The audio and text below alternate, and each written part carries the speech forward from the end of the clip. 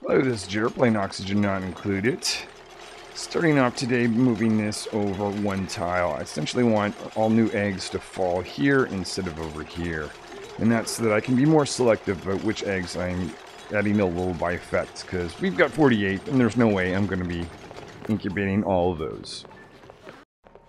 Over on this base, we're looking for more power, going for the super sustainable achievement, so limited on what I can do. For instance, don't want to burn coal. So digging a path through this, and this is going to be a little project to get at these guys, Saturn Critter Traps, and make them produce hydrogen for us. I had a plan to do this up here and get a pip to plant them, and then I just realized these plants actually need to be in freezing temperature. So I'm abandoning putting them here, and we'll instead put them down here where it already is at the appropriate temperature. While these changes are being made, running the incubator, quicker these eggs hatch, the more food and progress towards the carnivore achievement. We have a telescope, and Beaker is in there looking to see what there is to see out in space. This is going to allow us to prepare for a future space mission to see what other asteroids are nearby that we could go to. Printed a snazzy suit, that's going to go to Beaker. We now dug a path down here. I've got a critter drop-off station that's going to be for a pip. We're creating some natural tiles here and here. Creating a natural ore tile right at this location so I can plant some of these Saturn traps. Moving some eggs over to be reprocessed. Now I'm getting all new eggs to be dropped off here and essentially ignore them. I'm just going to incubate these eggs to speed up their hatching so we can get some food for barbecue meat. Dupes are carrying some eggs out. I'm going to have to automate this. And I see an elderly pip. That may be a good one to sacrifice. We'll wrangle you, buddy, and take you down to the bottom of the base and see if you can plant some of these Saturn Critter Trap seeds. Pip has been dropped off. Let's see if they're going to take this seed and plant it at one of these tiles. Pip has planted a Saturn Critter Trap right here. Going to see if the two Pips will plant the other two in these two spots before I take them out. Second one of these Critter Traps is in the ground. This one ate a Pip instead of one of these guys. So, one more Pip left, just waiting for them to plant the third one. First stone hatch of the game being dropped off over here. From the telescope, we've discovered 3 asteroids that we can get to. Advise this system to get the dupes to put in a certain amount of material, in this case aluminum, and having that sent over to the other world. Starting to carve out an infinite storage area of gas. This one's going to be for carbon dioxide.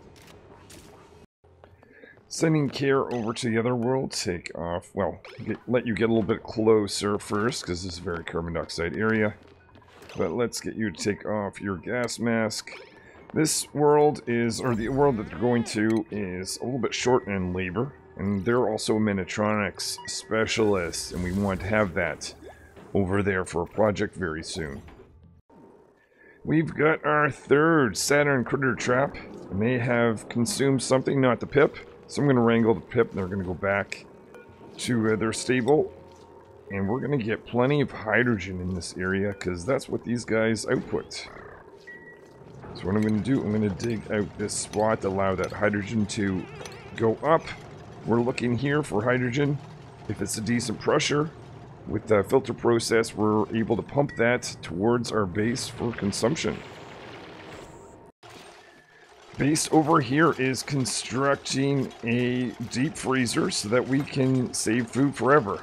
That way we'll be able to produce lots of barbecue meat and consume it as it's needed, never worrying about going bad. Deep freezer is nearly together, just putting in the Minitronics side of things to drop off food at this location right here, which is sitting on aluminum metal tile. We're sealing this area off, so this is no longer accessible by the dupes. seeing if these little beta eenies are going to keep these things nice and full, producing oxygen. We've got our pump looking for hydrogen, and all I need to do now is just ensure that we've got insulation so that all this coolness doesn't leak into the base. Got another infinite gas storage. This time I'm pumping out carbon dioxide, and I can open this door, which I've been waiting to do with this button here. So that this carbon dioxide geyser is able to output more carbon dioxide. This is very useful stuff for early space travel, so starting to save this somewhere is going to be very useful to us. This sensor is just telling the pump if it gets really low, don't waste power, just wait for the next cycle of this thing. So this is on its way over to an infinite gas storage right here. We'll just dump it at this location. We'll be able to pump it out at a future date when we want to start traveling in space. We're starting to load hydrogen into our deep freezer. It's going to cycle around here. Look for the appropriate temperature, and if it needs to be cooler, it'll turn this guy on. But before I do that, I'm just going to flood hydrogen into this zone. Don't want oxygen in here, because this is where I'm going to be storing food. We have hydrogen pumping out of this room. This is going to turn it off when we get a little bit lower. That is making its way to the top of the base, to the infinite storage.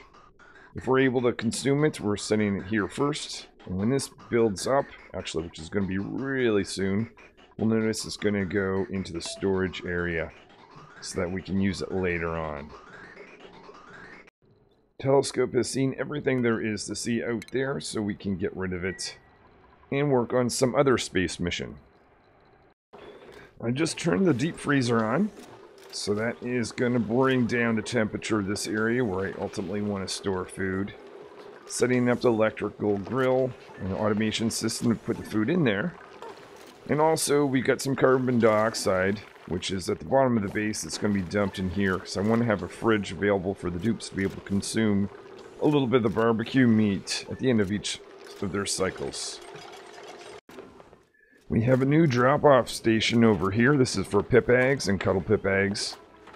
Dupes can't access them at this zone, but when these critters are born, they're able to crawl out. That's just making sure the stable doesn't become full of the eggs so that we get more and more eggs to be able to populate the world with pips. First piece of barbecue meat is being shared with the barbecue meat from this world over with the home world. Digging out a spot here for development. About to turn on the first pieces of meat that's going to go in the actual deep freezer. Now we're cooking all our meat in this electrical grill. Can get rid of this one. I will move the barbecue meats that we have here up to within access of this auto sweeper so that all our food that is cooked will be stored in here. It's going to go through a little bypass of granite just to get initial cooling. We've got a current temperature of freezing, so that is awesome. It's in a sterile environment. That is going to last and allow us to get the carnivore achievement. We're bringing in carbon dioxide. We don't need a whole lot. We can get rid of that. Growing more food. This is more for a space mission in the future for a pickled meal, but lots of meal wood will be needed for that process. Over here, we're getting several flins together. The first major hunt is on. So allowing all the dupes in here temporarily, blocking them from here. We're going to get lots of barbecue meat ultimately out of this process. We have a fridge on base storing 1 kilogram of barbecue meat. This is going to allow the dupes to take it when they want to go and eat at the end of their cycle. And the auto sweeper is going to continually pull from the deep freezer. And this is essential because the dupes can't actually access the barbecue meat that's sitting right here. New electrolyzer is on the base. This is going to provide oxygen in this general area. I'm breaking my vacuum seal once more this time just to get a little bit more space. We want to put a deep freezer here and kitchen close to the eating hall. So we're going to do this pattern, essentially just pushing this insulated vacuum a little bit further to the right. Got rid of the liquid reservoirs that were right here. Can get rid of all their piping.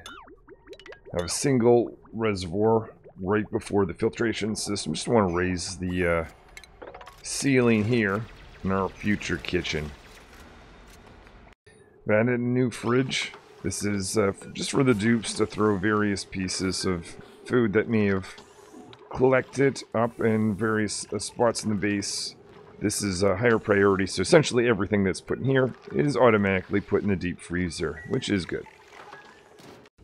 So re-established a vacuum area here, so we've got a little bit more area to work with, but still temperature protection from the frozen zone below us. We've now sealed off deep freezer on this base. We're going to be storing food right here. We've got the cooling system just out in the open, but this is a very cool area. So that should be able to run for a good amount of time before we have to worry about heating or overheating that machine. So electrical grill is going on. We're creating pickled meal, pacu fillets when we've got any.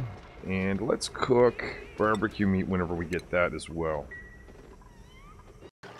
Over on this asteroid, we now have egg automation. So all the eggs that are laid in any of these stables are all automatically going to be dropped off over here. So this is no longer a thing anymore. Dupes don't have to drop off eggs. I also believe we don't need the incubator. I'll keep it around for the time being. But special rules about who can go in and out of these rooms, no longer a thing. So any of the dupes can go in anywheres. So as food is cooked, anything edible, let's bring into here, which ultimately is going to drop it off in our deep freeze. And similar to the other base, we've got two fridges. This fridge is storing barbecue meat. Actually, let's give this one some power. The other fridge does not need power. This fridge is just for the dupes collecting food that drops on the floor all around the base. Once it's put in here, this conveyor loader has higher priority, ensuring that essentially any food that's on the floor will end up in this area. And it will drop in temperature and last forever once it gets to a frozen state. Next project out in space is to build a rocket. Hydrogen up here has been accumulating. We've got two gas reservoirs. That hasn't been doing it, so we got an infinite gas storage over here for hydrogen on this base. We have a rocket, so we can start designing the inside of it. And I see some food in the deep freezer. That's in the deep freeze status. That, along with the fact that it's in a sterile environment, means it won't go bad. Starting the inside rocket with gas and liquid pipes. We're going to be storing oxygen and water in those pipes. I see some carbon dioxide on the way to the rocket. This rocket is a carbon dioxide engine. And we've got tons of carbon dioxide. So what I did, I have a line going here from my infinite storage of carbon dioxide. Bypassing it, if we've got a flow going in like this, and only once this becomes backed up, we'll be storing more here. How much do we have at this point? 437 kilograms of carbon dioxide. Just quickly look what we have for hydrogen. 107 kilograms in each individual square. Watching some barbecue meat arrive from the other world. Dupes have sent this. For these dupes is a present that is going to be making its way to the deep freezer. And then load it into the fridge in time for the dupes to be able to consume over here. Just a quick shout out to Tara. Thank you for telling me that this is Mechatronics, not Minatronics. I think the other one was the cryo tank as opposed to the crypto tank. Cheers. Storage area of hydrogen is set up, so now we're going to drain these guys and get the hydrogen to a more reasonable level. Bringing some algae from this world to the main world. This is going to be beneficial for space travel. Algae is landing in this world. Just going to connect and reconnect these things based on whether I've got barbecue meat or pretty much every other material. So I don't want to store this in the deep freezer. Rocket is going to have their skills scrubbed because they're going in space where I won't be able to keep up their morale so high. We now have 2 hydrogen generators on base to produce much more power than we had before. Getting a rover ready on our rocket. We have our pilot on board doing a quick check of what we need for this mission. First of all, let's take off your gas mask there. We've got some algae to produce oxygen. We've got ability to produce power, battery. We've got food for the dupe to be able to eat. We get water in the pipes. We get oxygen in the pipes. I say we are good to go. Here's our first rocket taking off from our asteroid with a rover and some metal. Heading over to this asteroid here. Going to throw down the metal and the rocket, or the rover. They will be there in 0.6 seconds. Material study terminal is ready. Just charging up this Red Bull generator. And that is in the laboratory with automated lights. So we'll be doing some more advanced research soon. We're ready to deploy some metal. And the rover. Send the rover down right here. And there we are, our first rover landing on another asteroid. To help set up a base before the dupes even arrive. Let's make sure that we don't forget to send you back home. And give this new rover some tasks.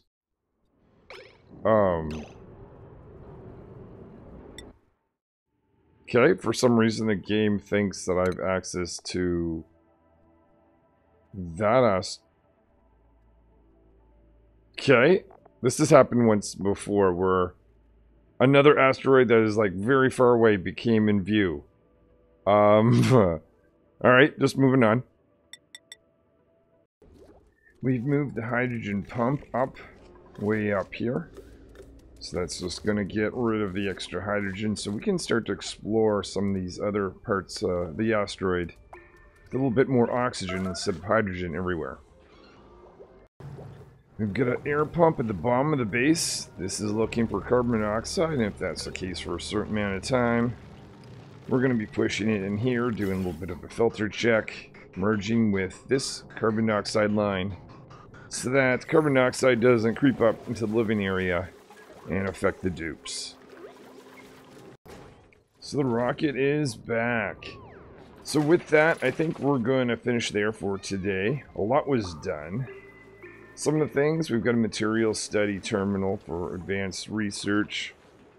We've got this carbon dioxide pump down here. We've got these hydrogen generators, which has really been helping with the power production with their hydrogen output. We're storing an excessive amount of carbon dioxide here. We've sent our first rocket over. We have a rover on this world. Currently, they're opening some of the packages of metal, building a little bridge so we can get access to that. If we get enough of them, which we don't have yet, we'll make a rocket platform, or at least get the material delivered. Over on this asteroid, we've got rid of our incubator. Not going to rely on that anymore. We're going to start to produce meats, and we've got a deep freezer, not on just this asteroid, but our home asteroid as well. A lot's going on, but still lots to do. I see lots of automation opportunities to be done yet, especially in the food production area. That's going to be going along. In this space, we're going to continue with space travel. We sent our first rocket, but certainly not going to be our last in more advanced research projects. Thank you so much for watching, and hopefully I will see you in a future episode where I'll advance this space even further. Until then.